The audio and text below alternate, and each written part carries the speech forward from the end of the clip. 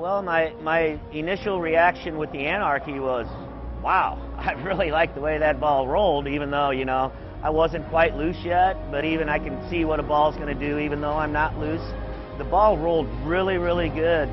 And actually, I bull league on Wednesday nights, and I used it, and everybody in the whole league was watching the ball roll down the lane, and they said, man, that ball rolls pretty good. And they actually said it looks bigger when it hits the pins than it does rolling down the lane. So, you know, and they liked the way the ball drove through the pins, like I said, a continuous motion. And so I really believe that this ball is going to be good for all of us, not just me, but for all of us. And you too. The Anarchy's motion going down the lane, it's, you know, I'm an old-time bowler, so I look for the skin of the ball, then I look to where it rolls, and then I look for the hook spot. And right now, I noticed that I'm getting a lot of skid through the head, the ball's picking up in the mid lane, and giving me a more even roll through the back end, but yet I'm still getting that continuous motion through the pins with the ball.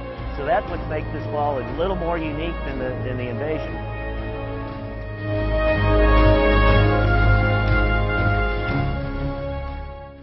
Well, the Invasion was super strong.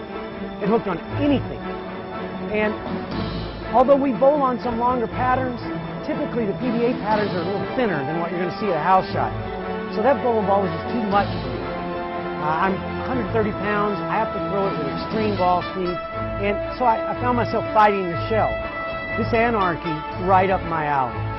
You see, power is one thing, but if you can't get retention of energy, then all that power just spills out, dies, it tires.